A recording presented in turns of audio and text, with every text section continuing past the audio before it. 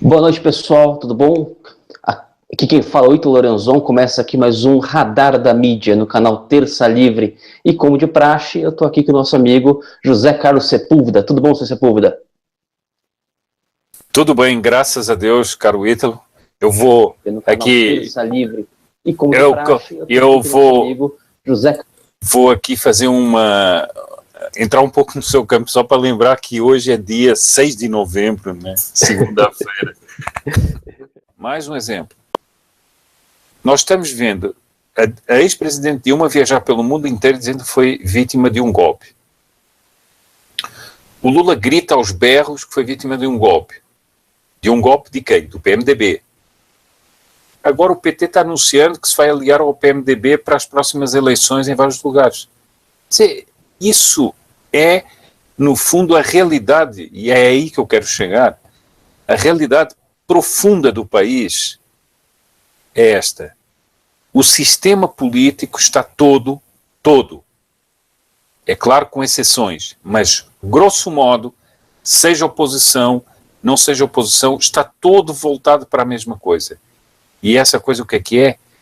É levar o Brasil para uma esquerdização em todos os campos, no campo econômico, no campo moral, no campo da propriedade, no campo da política, no campo das leis, tudo. E, se não, vamos observar o que é que está acontecendo neste momento. Por exemplo, a invasão feita pelo MST na Bahia, nestes dias. Uma fazenda destruída em Correntina, na Bahia, com impunidade garantida pelo governador Rui Costa, que é do PT. Portanto, nós temos a destruição da propriedade feita. É uma destruição que, quando se vê as imagens, percebe-se que não são vândalos, mas são pessoas organizadas que têm um sistema de destruição do que eles estão fazendo. Ou seja, isso, para mim, tem um nome, é terrorismo. Eles estão fazendo isso. Portanto, nós temos, da parte daqueles que deviam aplicar a lei, a inércia total. Onde é que está o Ministério Público? Onde é que está a senhora Dodge, por exemplo? Não está preocupada com isso? Ela que há uns dias atrás estava gritando contra o trabalho escravo, que era um retrocesso no país, já chegaremos lá sobre isso. Então,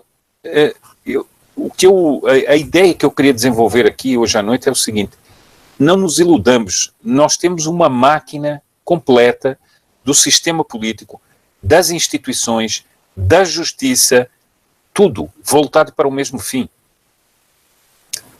A revista Isto É, desta semana, tem um artigo mostrando que o Zé Dirceu está com um bunker montado em Brasília, onde ele dá as direções políticas todas do PT, onde ele mantém contatos por terceiras pessoas com o Lula, onde ele vai dirigindo o PT. Esse homem está solto. Por quem? Pelo Sr. Gilmar Mendes e a segunda turma do Supremo Tribunal Federal. Portanto, nós temos a mais alta instituição da justiça que está possibilitando a articulação de gente criminosa. Esse homem foi condenado no Mensalão, foi condenado no Petrolão, etc. Ele é uma das cabeças pensantes dessa máquina criminosa. Lá está ele articulando. Isso se deve aqui ao Supremo Tribunal Federal. Então vejam o seguinte: isto é toda uma máquina. E não há, infelizmente aqui não há mocinhos e bandidos. Não há. Há várias facções que têm as suas diferenças, que têm as suas peculiaridades, mas há várias facções de uma imensa máquina que está levando o Brasil para o quê? Para voltar ao projeto que há anos e anos vem destruindo o Brasil. Bom, agora o Sr. Fernando Henrique vem dizer outra vez: o Lula tem que ser candidato para ser derrotado. Mais uma vez o Fernando Henrique está fazendo a traição que ele fez depois do Mensalão, em que ele disse que era preciso derrotar o Lula nas urnas e não era nada. Ele sabia que era para fazer o Lula continuar no poder. Agora, esse não é a oposição, não é o líder da oposição, não é o líder, entre aspas, da direita, não é esse que dizem por aí. Não é nada disso. Ele é mais um, e é uma das cabeças pensantes de toda essa máquina que com o PSDB, depois com o PT, vem levando o Brasil para um caminho de esquerda. Outra coisa, as inúmeras candidaturas que se vão perfilando, nós temos o Ciro Gomes claramente sendo projetado como um homem que vai fazer o quê? Vai fazer um programa de esquerda, porque ele é um mentor de vem com aquela linguagem econômica, com aquele certo traquejo que ele tem nos debates, tentando enganar as pessoas, mas no fundo é um programa que está voltado para um projeto chinês, de uma economia controlada, de uma economia estatizada, ou fortemente estatizada. Bom, isso sem falar de outras coisas. Ele agora faz uns certos ataques ao Lula por conveniência, mas ele está se articulando com inúmeras pessoas do PT para ser uma hipótese caso o Lula não venha a ser candidato. Depois, Marina Silva, a mesma coisa, quer dizer, essa é aquela que está sempre ausente e sempre aparece na hora H para ser uma alternativa da esquerda novamente. Hoje já falavam em que tem já registros de Joaquim Barbosa. Eu acho interessante como é que pessoas tornaram Joaquim Barbosa uma espécie de herói. O Joaquim Barbosa fez o mínimo que ele podia fazer no julgamento do Mensalão, poupou em grande medida os cabeças da conspiração do PT no Mensalão, e não se esqueçam, ele é um homem que foi alçado ao Supremo Tribunal por influência de Frei Beto. E, portanto, da esquerda católica, da esquerda mais radical, pró-cubana. Então, esse é outro que é apresentado, não sei se dá para perceber, assim, tudo vão sendo alternativas de esquerda. Aliás, uma coisa interessante, não sei se viram isso, voltando ao Ciro Gomes, que agora a Fátima Bernardes tem um namorado de 29 anos, que é líder da Juventude Socialista do PDT. É muito interessante, né? Porque dá para compreender muito toda a programação que ela vai fazendo nos programas dela, quem é, e o sujeito o namorado dela, então, é líder da Juventude Socialista do PDT. Eu estou só dando esses exemplos assim, podia dar muitos outros, para mostrar o seguinte: o sistema político, o sistema das instituições está voltado para esquerdizar o Brasil. Está voltado para destruir a família, está em todos os aspectos, a ideologia de género, exposições de arte com nudez, promoção da pedofilia, tudo. Eu vi hoje uma coisa muito breve, não tive tempo, gostaria até de ter visto com mais calma, mas não tive tempo para ver a prova do Enem. A prova do Enem parece a prova de um país de regime oficialmente socialista. Tudo é coisa de esquerda, citações da catraca livre. O que é a catraca livre nesse país para ser citada numa prova do Enem? Não, é porque é uma prova saída dos laboratórios da esquerda, que tomam conta de todas as instituições presidenciais. Mas vejam bem, bom, só para falar da eleição presidencial, já as novas cambalhotas são fazer um centro contra os extremos, o Alckmin se aproximar da esquerda, sempre é uma máquina para, no fundo, retornar a esquerda ao poder. Agora, um ponto do que você disse aí, que é importante, é o seguinte: dentro dessa máquina da esquerda está a versão dos fatos, reescrever a realidade. Uma das coisas que eu estou vendo, a parte da pessoa ter simpatia, não ter simpatia, isso não entra aqui. Entra aqui a análise. por exemplo, fazer como as revistas estão fazendo, agora esta semana isto é, equiparar o Lula e o Bolsonaro é uma deformação da realidade. O Lula é um sujeito que é um criminoso, já foi condenado pela justiça, é um sujeito que comandou uma organização criminosa que dilapidou o país, que dilapidou as instituições, que prostituiu a política, que comprou parlamentares, que deturpou totalmente a diplomacia do país em favor de uma ideologia, que liquidou com a economia numa visão populista e depois socialista da economia, que fez tudo isso e você equipara ao Bolsonaro, mas por quê? Qual é a equiparação? Você pode não gostar do Bolsonaro, pode ter objeções ao Bolsonaro, pode dizer o que quiser, mas essa equiparação é suja, uma equiparação suja. Então nós estamos numa deturpação de todas as máquinas, mas eu faço mais uma vez chamar a atenção. Imprensa, justiça, política, institutos de pesquisa, tudo trabalha com o mesmo esquema. Então não há essa coisa, um é bonzinho, outro é mauzinho, não, tire isso da cabeça porque não é assim. Bom, outra coisa, você falou aí da questão do Gilmar Mendes e do ministro Barroso. Olha, todo mundo, eu também, está, digamos assim, até a ponta dos cabelos com a arrogância, com a insolência do Gilmar Mendes, com o que ele faz, a maneira como ele trata todo mundo, os insultos ao juiz, os insultos ao Ministério Público, a maneira arrogante com que ele fala, os atos absurdos que ele faz, nunca se declarando impedido em situações que são de impedimento. Mas não vamos esquecer o seguinte, o Barroso é um homem altamente perigoso, as suas doutrinas jurídicas são altamente perigosas. Quer dizer, então dizer o seguinte, bom, claro que o ministro Barroso disse algo que todo mundo queria ouvir, mas não se esqueçam de todas as outras coisas que o ministro Barroso já fez até hoje. São péssimas. Então, bom, mas aqui eu chamo a atenção para mais um aspecto. Quando 2 ministros do Supremo, numa sessão que é televisionada para o país inteiro, se atacam como cúmplices criminosos, você está tendo o quê? Você está tendo uma ruptura institucional. Você queira ou não queira, está tendo uma ruptura institucional.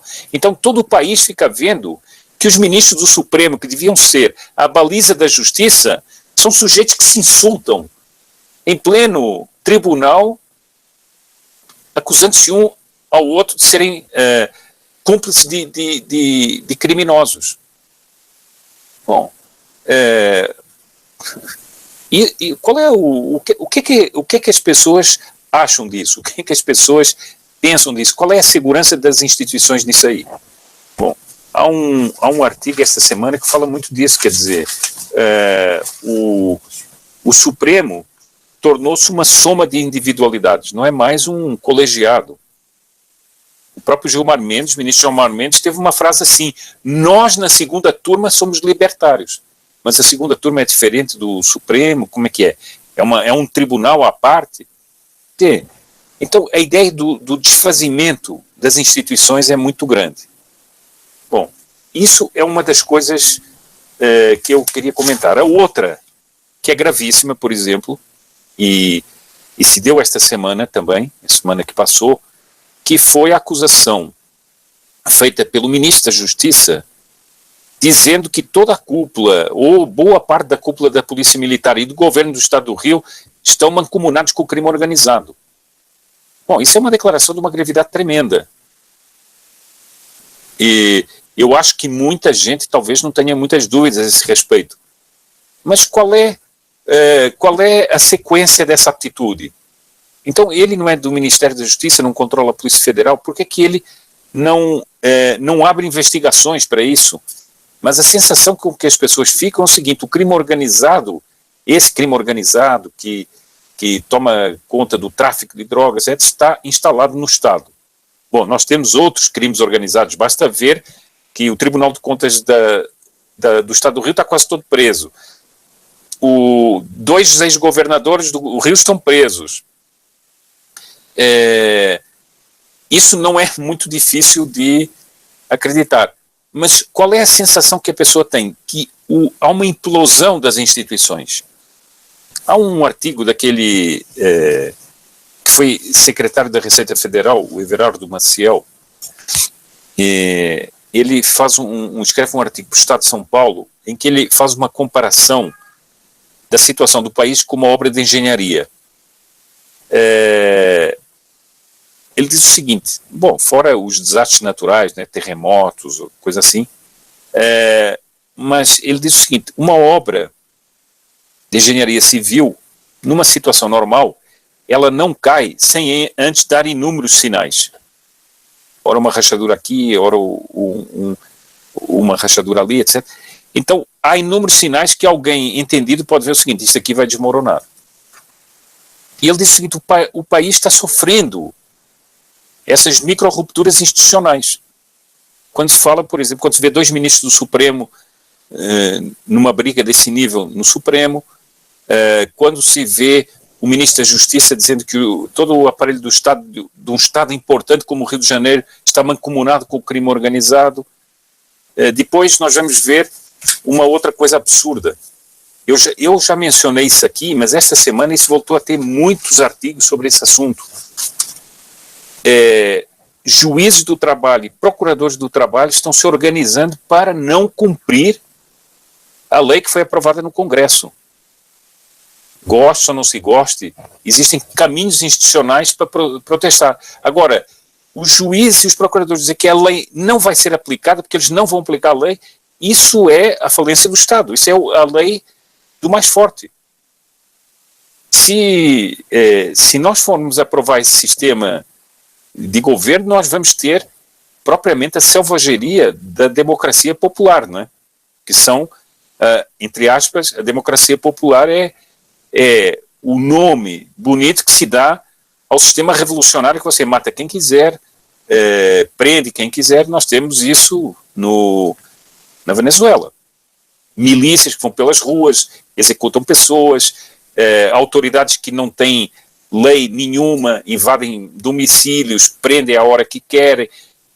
Eu conheço pessoas que ficaram presas na Venezuela mais de 2 anos sem nunca ter sido formulada uma acusação contra elas, nem feito um interrogatório, nada. Ou seja, foram encarceradas e pronto, e ali ficaram 2 anos. Então, a parte da questão da disputa presidencial, a gente vê que o país vai sendo carcomido por essa destruição institucional. E isso é muito grave. Isso é altamente perigoso. Eu acho, pessoalmente, que toda essa história de Santander e museus e exposições de nudez, etc., isso faz tudo parte da mesma coisa, porque é dar ideia às pessoas de bem que as instituições estão com essas perversões.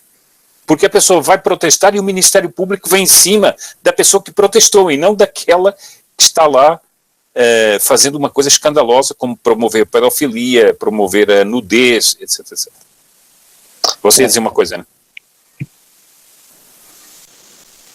Opa. Não, você ia dizer alguma coisa. Sim, perdão. Só um ponto que eu queria destacar, né, que acho que o que mais me assusta, pessoalmente, é ver 2 ministros do Supremo se degladiarem, como o senhor bem colocou, se acusarem, e, no entanto, não há nenhum tipo, zero, de iniciativa para que se puna um ao outro. Né? Então, um acusa o outro de ser corrupto, o outro acusa o outro de ser, enfim, o teor das acusações são inúmeros, né? O caminho qual que é? Os ministros do Supremo podem sofrer impeachment. Óbvio, é complicado, né? É muito difícil, é muito desgastante um processo de impeachment, né? Haja visto o que aconteceu com a Dilma, né? Imagine repeti-lo 11 vezes, que seria o ideal, mas não se aventa sequer a possibilidade, não se aventa nem sequer, né, as pessoas parecem que esquecem isso, né, o Congresso, né, os parlamentos, esquece isso, esquece que tem essa prerrogativa, né? Quer dizer, não age simplesmente não age, né? Então fica ali o STF fracionado, fraturado, né, com disputas internas, agindo, e quando resolve se unir, se une justamente para coibir os outros dois poderes, para se impor sobre os outros dois poderes, né, e ninguém toma uma atitude, né, ninguém, né, cai naquilo que a gente está falando desde o começo, né. O problema não é a lei prever, a lei pode ser boa, mas se o agente da lei não é virtuoso junto com a lei, não adianta nada. Né? O sujeito não age de acordo com a virtude pretendida pela lei, pelo legislador.